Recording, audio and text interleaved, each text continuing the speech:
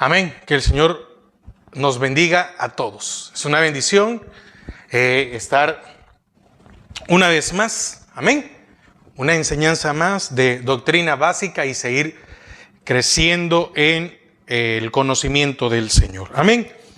Este día vamos a continuar el miércoles pasado, la enseñanza pasada. Empezábamos el tema del discipulado celestial y terrenal. Y ocupábamos como texto áureo, como texto base para iniciar, Mateo 28, 19 al 20. Por tanto, id y haced discípulos a todas las naciones, bautizándolos en el nombre del Padre y del Hijo y del Espíritu Santo, enseñándoles a guardar todas las cosas que os he mandado. Y como introducción decíamos que el Señor al resucitar envió a los suyos a hacer discípulos. Discípulo es aprendiz, alguien que debe ser como su maestro, que debe de imitar su fe, su conducta y su forma de vida. Y entonces, dentro de la primera parte, que el discipulado celestial, este es el que debemos de tener a cada momento, pues nuestro objetivo debe siempre estar en intimidad con el Señor. Y veíamos como primer punto A que Dios enseña por diferentes medios. Y veíamos tres, que el Señor habla personalmente, que el Señor lo hace a través del Espíritu Santo y que también puede hacerlo enviando mensajes con ángeles. Y que hay diferentes formas de ser discipulados, ya sea por éxtasis o visión, por enseñanza o predicación y por experiencias naturales y sobrenaturales. Amén. Entonces, esto nos da ya la pauta para entrar a la segunda parte, que es el discipulado terrenal. Lo que vimos en la enseñanza pasada es el discipulado celestial. Y ahora vamos con el discipulado terrenal. Amén. Padre, te damos gracias a esta hora porque nos permites una vez más poder aprender de tu palabra. Atamos y sujetamos todo estorbo, todo aquello que se quiere levantar e interrumpir el desarrollo de ella. Amén y amén. Amén. Entonces, el discipulado terrenal, vamos a empezar con vamos a decir que vamos a dividirlo en dos. El discipulado terrenal lo vamos a dividir en dos. En el discipulado verdadero y en el discipulado falso. Así como leíamos, ahorita le digo la cita bíblica. En Juan 16:3, esa no la busque porque es de la enseñanza pasada. Pero cuando venga el espíritu de verdad, entonces significa que hay un espíritu de mentira. Entonces, el discipulado terrenal lo vamos a dividir en el discipulado verdadero y en el discipulado falso. Entonces, el discipulado verdadero tiene como característica especial que cambia y transforma a aquel que es instruido en la palabra. Entonces, el discipulado verdadero se van a notar los efectos, los cambios. Y conoceréis la verdad y la verdad os hará libres. Y algo también de la Biblia que todos conocemos, ¿verdad? Que por sus frutos los conoceréis. Entonces vamos a ver algunas características de este discipulado verdadero, que son 9. Amén. 9. Primero, arrepentimiento y conversión. Eso es lo primero que debe pasar. Viene el arrepentimiento, porque sin arrepentimiento no hay salvación, porque el arrepentimiento es el paso previo a la salvación. Para que haya salvación se da el arrepentimiento. Y esto lo podemos ver en Hechos 2:38. Hechos 2:38. Y dice, Pedro les dijo, arrepentíos y bautícese cada uno de vosotros en el nombre de Jesucristo para perdón de los pecados y recibiréis el don del Espíritu Santo. El arrepentimiento trae perdón de pecado. Ahora, algunas personas llegan a decir de que es que no es necesario el bautismo en agua. Lo que pasa es que el tomar el bautismo en agua es una evidencia del arrepentimiento. Y aquel que quiere ser discípulo, no le tienen que andar convenciendo para ser bautizado. Amén. Entonces, es porque el tener al Espíritu Santo lo lleva a querer bautizarse. Porque lo vemos allá con Felipe y el eunuco, ¿verdad? ¿Qué debo de hacer para ser salvo? Confesar tus pecados y decir que el Señor es tu Salvador. Y para bautizarme, dice, ahí hay agua, ¿qué impide que lo haga? Nada. Hubo un deseo. Entonces, para ingresar al verdadero discipulado, es necesario arrepentirse y convertirse. Porque es que, mira, hermanos, usted y yo no somos quienes debemos de andar juzgando quién es salvo y quién no es salvo, porque no tenemos esa potestad. Pero los hechos, los frutos lo dan a conocer. Porque hay muchos cristianos mojados, pero no arrepentidos. Hay muchos cristianos mojados, cristianos porque no voy a demeritar yo a nadie, no voy a decir personas. No. Hay muchos cristianos mojados, pero no bautizados. Amén. Entonces, ahora, en ningún momento voy a decir yo, es que no son salvos, sí son salvos. No. Es cada quien. Amén. Segundo, bautismo en agua. Amén. Bautismo en agua. Ahí mismo, Hechos 2:38, ¿verdad? Arrepentíos. Y ahora, ¿cuándo viene? Y bautícese. Arrepentíos y bautícese cada uno de vosotros. No está diciendo y métanlo al agua y lo mojan y lo bautizan. No, la decisión es nuestra. Entonces, arrepentíos y bautícese cada uno de vosotros en el nombre de Jesucristo para perdón de los pecados y recibiréis el don del Espíritu Santo. Entonces, ¿para qué es el bautismo en agua? ¿Qué finalidad tiene el bautismo en agua? Porque por medio del bautismo en agua nos identificamos con Cristo, con su muerte y con su resurrección. ¿Por qué? Porque hemos muerto al viejo hombre y resucitado al nuevo, al que se está formando en nosotros. Amén. Entonces, después viene el tercer elemento de este bautismo verdadero y es bautismo en o del Espíritu Santo. Porque ahí, ahí va poco a poco, ¿verdad? Siempre en el 2:38, pero Pedro les dijo, arrepentíos, ya nos arrepentimos. Sí, ahora bautícese cada uno de vosotros en el nombre de Jesucristo para perdón de pecados. Y después que se dan esta cosa, recibiréis el don del Espíritu Santo. ¿Y qué es este don o qué es el bautismo? Es una investidura de poder. Ahora, el hablar en lenguas, el hablar en lenguas es una manifestación de tener al Espíritu Santo. Pero aquí lo que tenemos nosotros que entender es la investidura de poder. ¿Por qué? Porque antes de no tener al Espíritu Santo, ¿qué pasaba dentro de nosotros? Dentro de nosotros el Espíritu estaba muerto. Y entonces el que tenía el control de nuestro ser era el alma. Recuerde que somos espíritu, alma y cuerpo. Pero el espíritu muerto y el alma gobernando, haciendo lo que quisiera, cediendo a todos los pecados y a todos los deseos.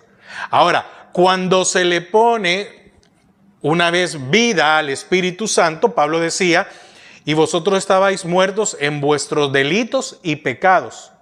Entonces, recibimos vida, entonces ahora tenemos una investidura de poder. ¿Para qué? Para detener el pecado en nuestras vidas. ¿Por qué viene el Espíritu Santo? Para que se dé la regeneración. ¿Qué es la regeneración? Es detener el proceso que estábamos hacia una destrucción y empezar a hacer ese proceso a la inversa. Y a tener vida y a tener un cambio, no solo en nuestro cuerpo físico. Porque lo importante es que internamente va regenerándose un nuevo. Aunque decía el apóstol Pablo, aunque externo se va muriendo cada vez más, se va envejeciendo, el interno se va rejuveneciendo. Entonces hay un cambio interna y también, hermanos, un cambio externo, porque nuestro cuerpo ya no está siendo degradado. Al detener el consumo o el accionar de muchas cosas, nuestro cuerpo, mire, empieza a sanar también. Hermanos, ¿cuánta gente dejó de tomar y le cambió el rostro? Pero mientras estaba bajo algún tipo de droga, algún tipo de vicio, era increíble cómo se notara. Pero ha habido un cambio. Entonces, vemos aquí los primeros tres en Hechos 2:38. Arrepentimiento y conversión. ¿Por qué? Porque para ser un verdadero discípulo o tener el verdadero discipulado es necesario arrepentirse y convertirse. Y al tener este arrepentimiento nos bautizamos. ¿Por qué nos bautizamos? Porque nos identificamos con Cristo en su muerte y su resurrección. Hemos muerto para el mundo y hemos resucitado a una nueva vida. Y con esto viene que vamos a recibir el don del Espíritu Santo, la investidura de poder. ¿Por qué? Porque ahora ya no peleamos solos, ahora tenemos el poder del Espíritu Santo en nuestra vida que nos ayuda a vencer el pecado. Cuarto, ¿qué es esto? ¿A qué nos lleva entonces este proceso? El cuarto es a la perseverancia en la doctrina apostólica. ¿Por qué es doctrina apostólica? Porque la doctrina se le fue dado a los apóstoles. Amén. Y estos son los que fueron allá. Apóstol viene de enviado, entonces era para perseverar en esta doctrina. 2:42 de Hechos. Y perseveraban en la doctrina de los apóstoles, en lo que el Señor les había dado, en lo que el Señor les había encomendado, en la comunión unos con otros, en el partimiento del pan y en las oraciones. Entonces, ¿qué es perseverar en la doctrina apostólica? ¿Qué es perseverar en la doctrina del Señor? Porque al final la doctrina es del Señor.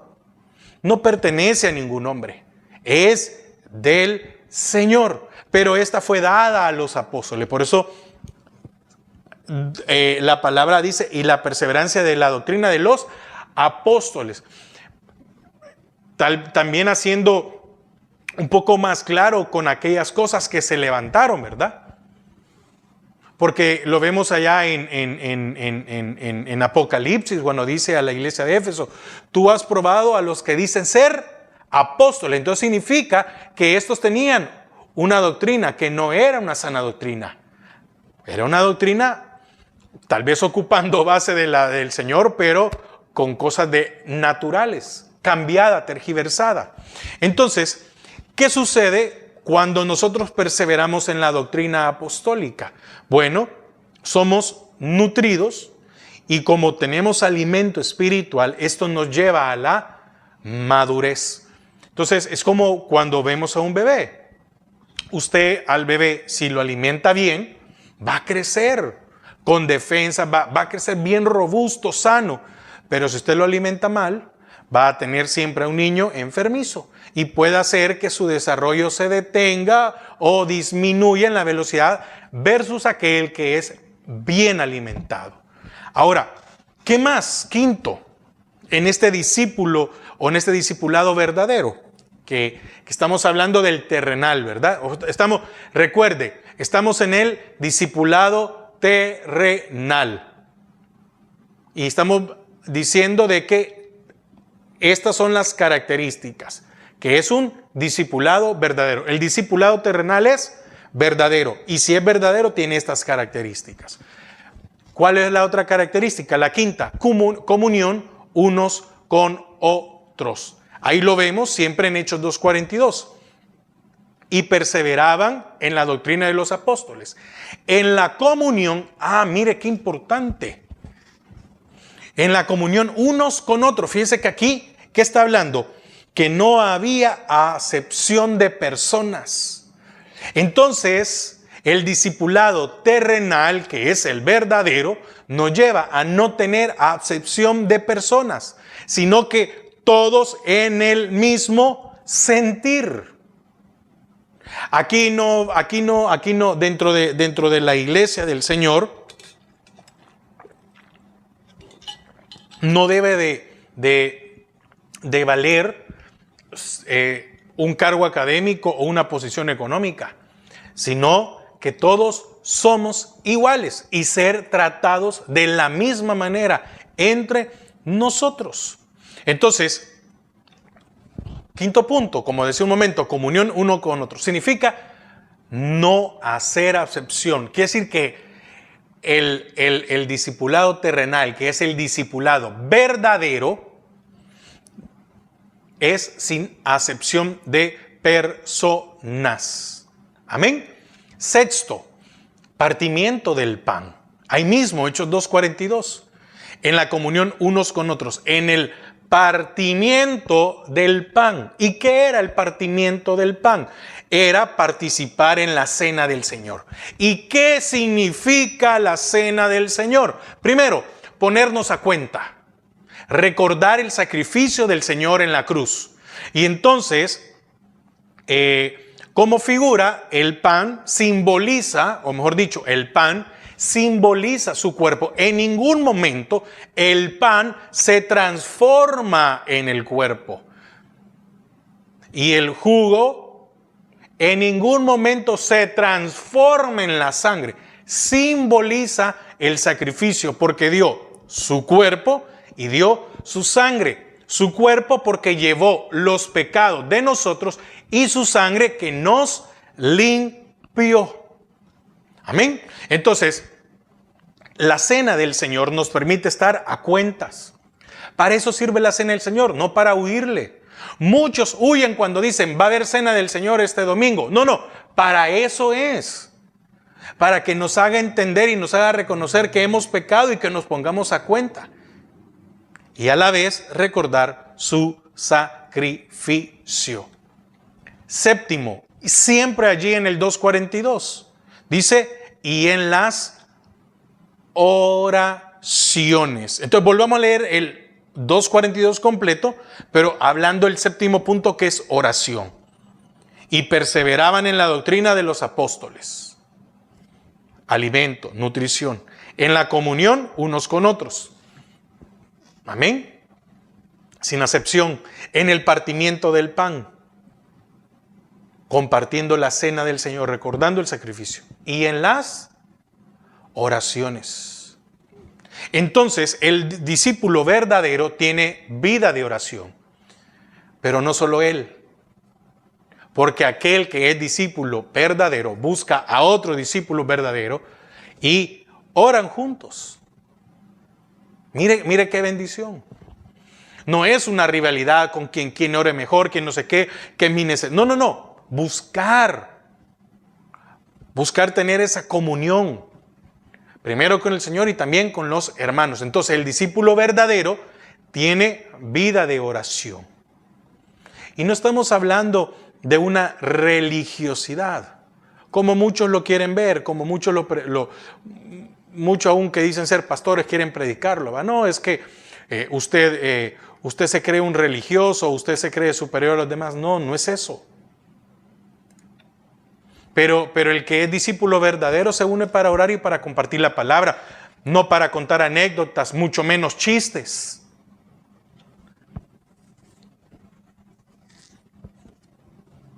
Ni el púlpito sirve para andar hablando mal de otros ministros. No, eso no es lo correcto. Octavo punto de este discípulo verdadero, discipulado verdadero, dentro del discipulado terrenal, es tener todo en común. Hechos 2:44. Todos los que habían creído estaban juntos y tenían en común todas las cosas. ¿Qué quiere decir esto? Bueno, es ayudarse unos a otros. Cuando alguien tiene una necesidad, mire hermano, si hay una necesidad, entonces podemos ayudar con lo que tenemos. Poder echarle la mano a alguien más. No podemos pasar de largo y decir, bueno, que vea allí cómo le va. No es mi problema. No es mi situación. No es así. El discipulado o el discípulo verdadero ayuda a los demás. Siente cuando algún hermano está en una dificultad. Y noveno,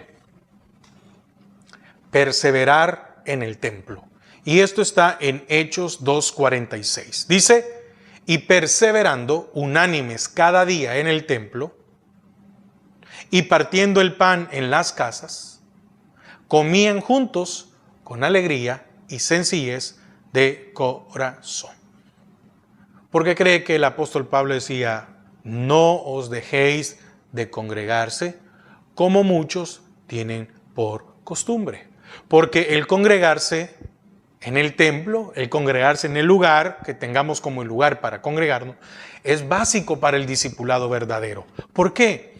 Porque fíjese que, volvamos a leer otra vez el versículo 46 de Hechos 2. Porque es necesario congregarnos. Dice, y perseverando unánimes, no perseverando solos. ¿Qué es perseverar? Es mantenernos en los caminos del Señor. Que otros nos ayuden, que otros oren por nosotros cuando estemos mal. Dice, y partiendo el pan en las casas, compartiendo, teniendo comunión con otros hermanos. No estar partiendo el pan yo solo. No estar viviendo tal vez mi tristeza o mi dificultad yo solo, sino que con los hermanos de la iglesia. Dice, comían, es decir, hay alimento juntos con alegría y sencillez de corazón. Porque no importa, así como nos alegramos por comernos un pedazo de carne, un pollo asado, nos podemos alegrar comiendo huevos, frijoles, tortillas. Entonces, es muy importante el perseverar. Amén. Entonces, hemos visto 9 características del discípulo verdadero o del discipulado verdadero. Amén. Ahora, vamos a ver la otra parte, el falso discipulado. Entonces, así como hay una verdad, hay una mentira. Así como hay algo original o genuino, hay algo falso. Así como hay un Cristo, hay un anticristo. Así como hay ángeles que ministran, también hay demonios o espíritus que ministran. Entonces, Hechos 8:9. Hechos 8:9. Vamos a ver también 9 características del falso discipulado.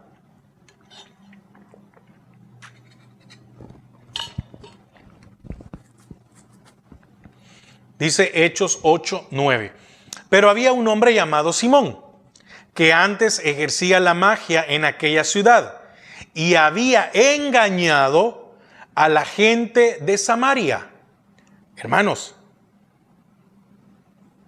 ¿qué había hecho el falso discipulado o el falso maestro? Ejercía magia. Engañaba a la gente de Samaria haciéndose pasar por algún grande. Entonces, a la luz del libro de los Hechos, existe un falso discipulado que tiene ciertas características. La primera la encontramos ahí en el 8:9. Magia. Oiga, magia. Pero había un hombre llamado Simón que antes ejercía la magia en aquella ciudad y había engañado a la gente de Samaria, haciéndose pasar por algún grande. Déjeme buscar algo más. Oiga lo que dice en el 8:10. A este oían atentamente todos, desde el más pequeño hasta el más grande. Quiere decir que estos habían sido engañados desde el más pequeño hasta el más grande, diciendo, este es el gran poder de Dios. Y le estaban atentos porque con sus artes mágicas les había engañado mucho tiempo. ¿A quién es engañado? El que no lee la palabra. ¿Quién es engañado? El que no ora. ¿Quién es el engañado? El que no persevera. Amén.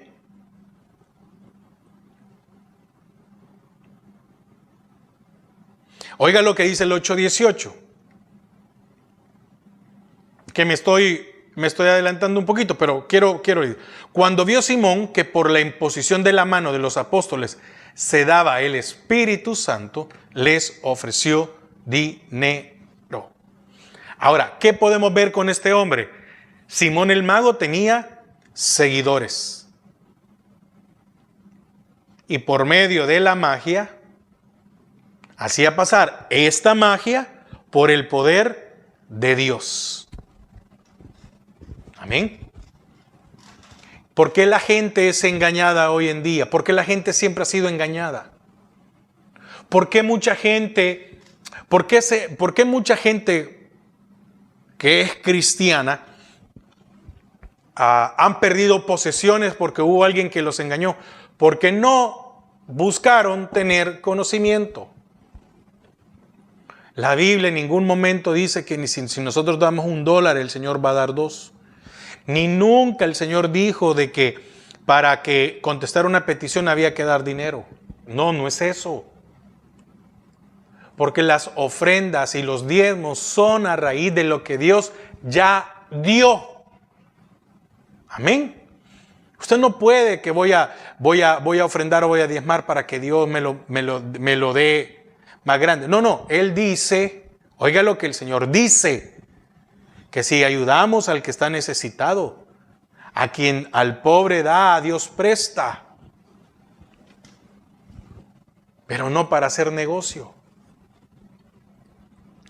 Entonces, el segundo punto es engaño. Hechos 5:9. Y aquí vemos el ejemplo de Ananías y Zafira, Hechos 5:9. Y Pedro le dijo, ¿por qué convinisteis en tentar al Espíritu del Señor? Oiga, Pedro no le dijo, ¿por qué convenisteis en tentar a los hombres? El engaño, ¿a quién le querían engañar? Oiga, qué importante es entender este sentido. ¿Por qué convinisteis en tentar al Espíritu del Señor? He aquí a la puerta los pies de los que han sepultado a tu marido y te sacarán a ti. Mire qué tremendo, ¿verdad?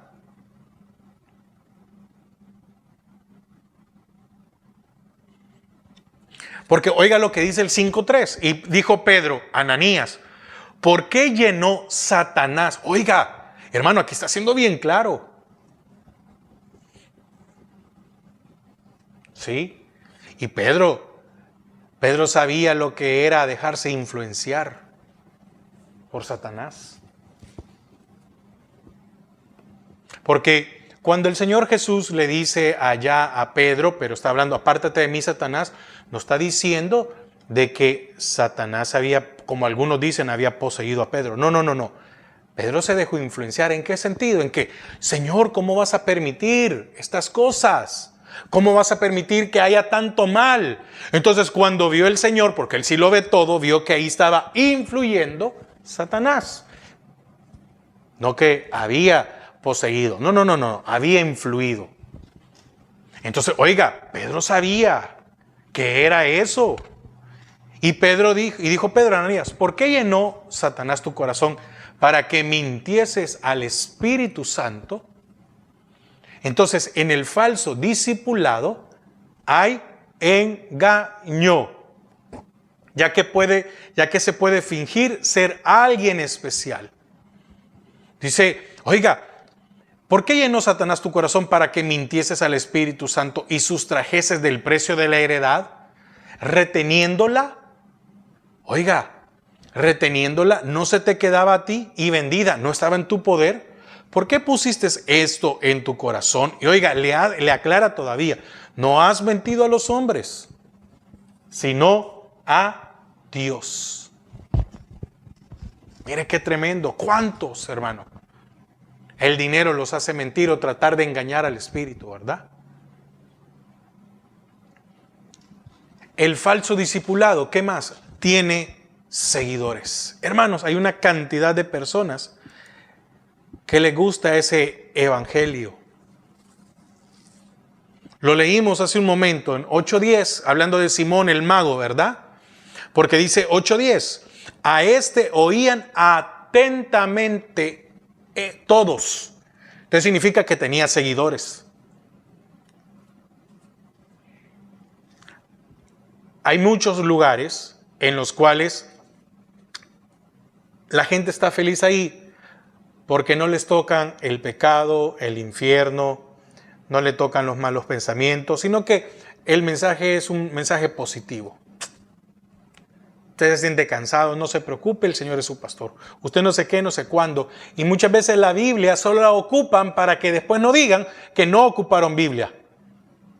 Pero no hay un estudio de la palabra.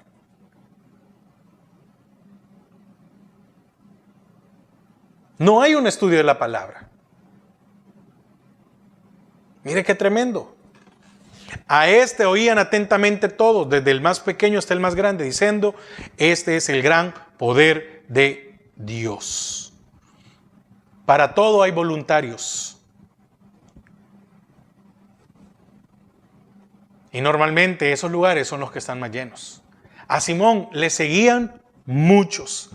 A este oían atentamente. Déjeme buscar una palabra. Estoy en el 8:10, ¿verdad?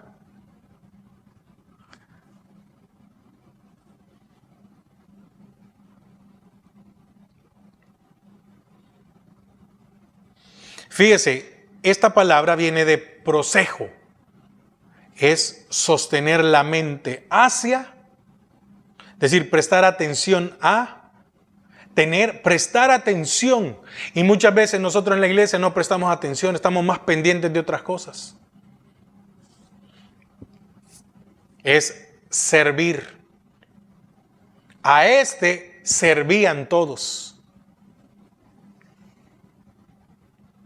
Y lo que pasa es que los había engañado.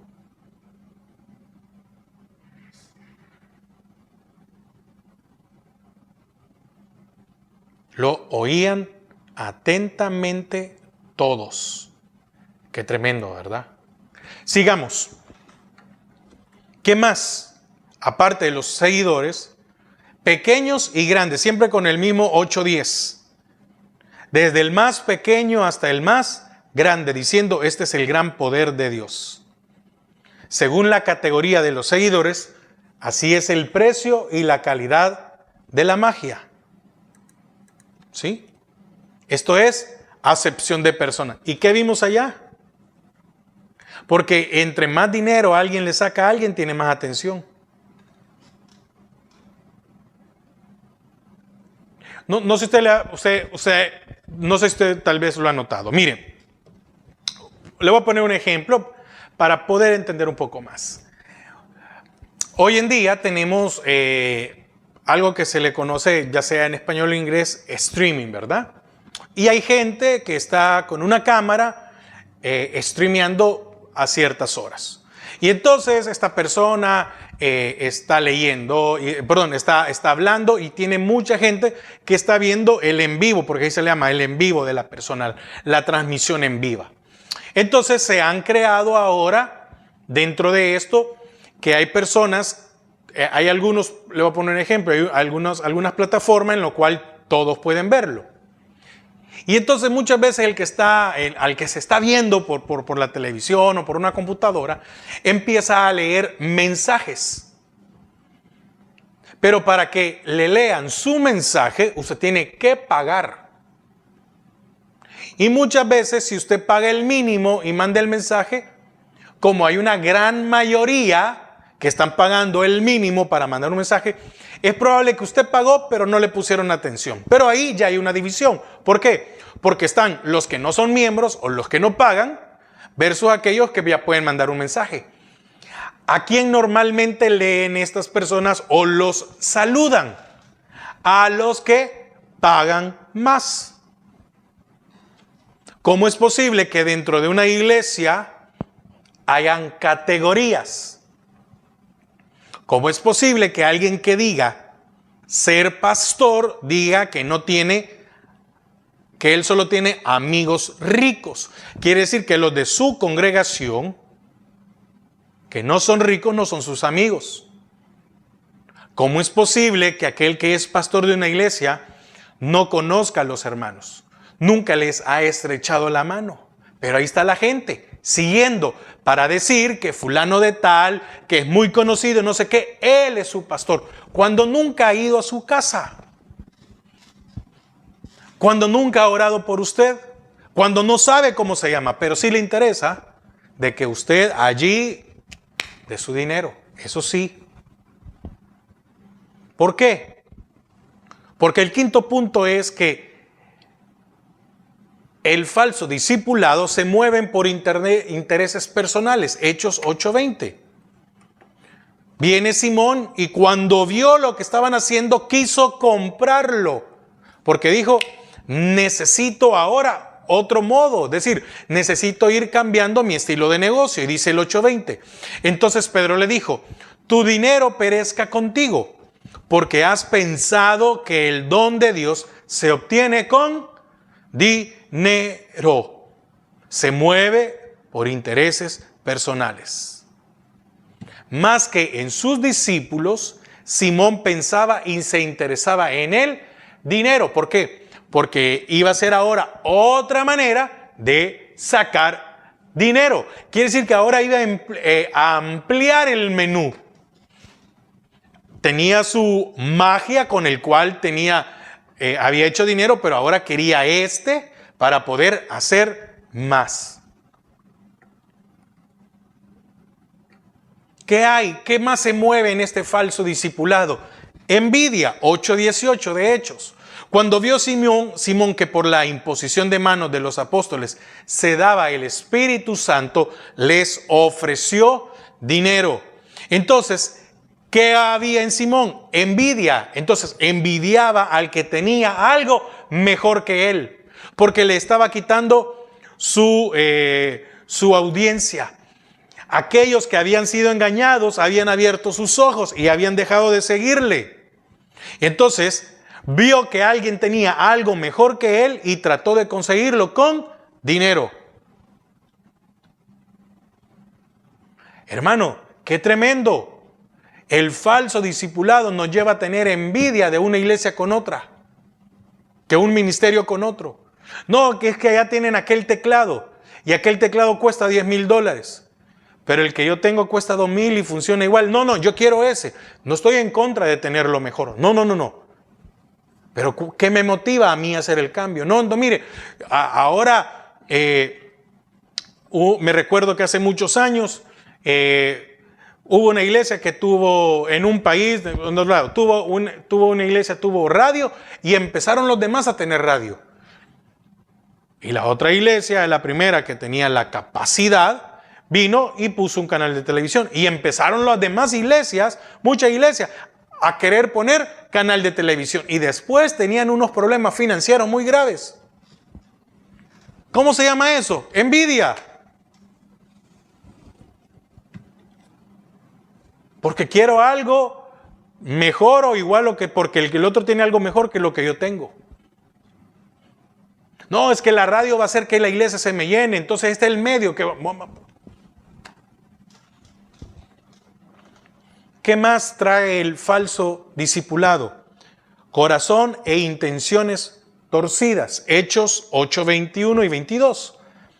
Oiga lo que le dijeron al Señor, ¿verdad? Perdón, lo que dijeron Pedro a estos. Vamos desde el 20 al 22. Entonces, Hechos 8:20 al 22. Entonces Pedro le dijo, tu dinero perezca contigo porque has pensado que el don de Dios se obtiene con dinero. No tienes tu parte ni suerte en este asunto, porque tu corazón no es recto delante de Dios. Arrepiéntete, pues, de esta tu maldad y ruega a Dios, si quizás te sea perdonado el pensamiento de tu corazón. Entonces, las intenciones en el falso discipulado no son rectas delante de Dios, son producidas por la maldad y por la iniquidad. Y octavo, ¿qué hay en esto? Una hiel de amargura.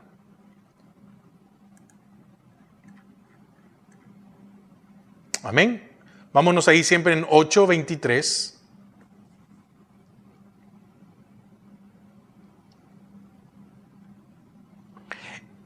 Antes de continuar, ¿qué es esto de hiel? Viene de jolé, una palabra griega, jolé, que es bilis, veneno, o puede hablar del gorgojo, polilla, etc. Eso está hablando. De eso se refiere esta palabra.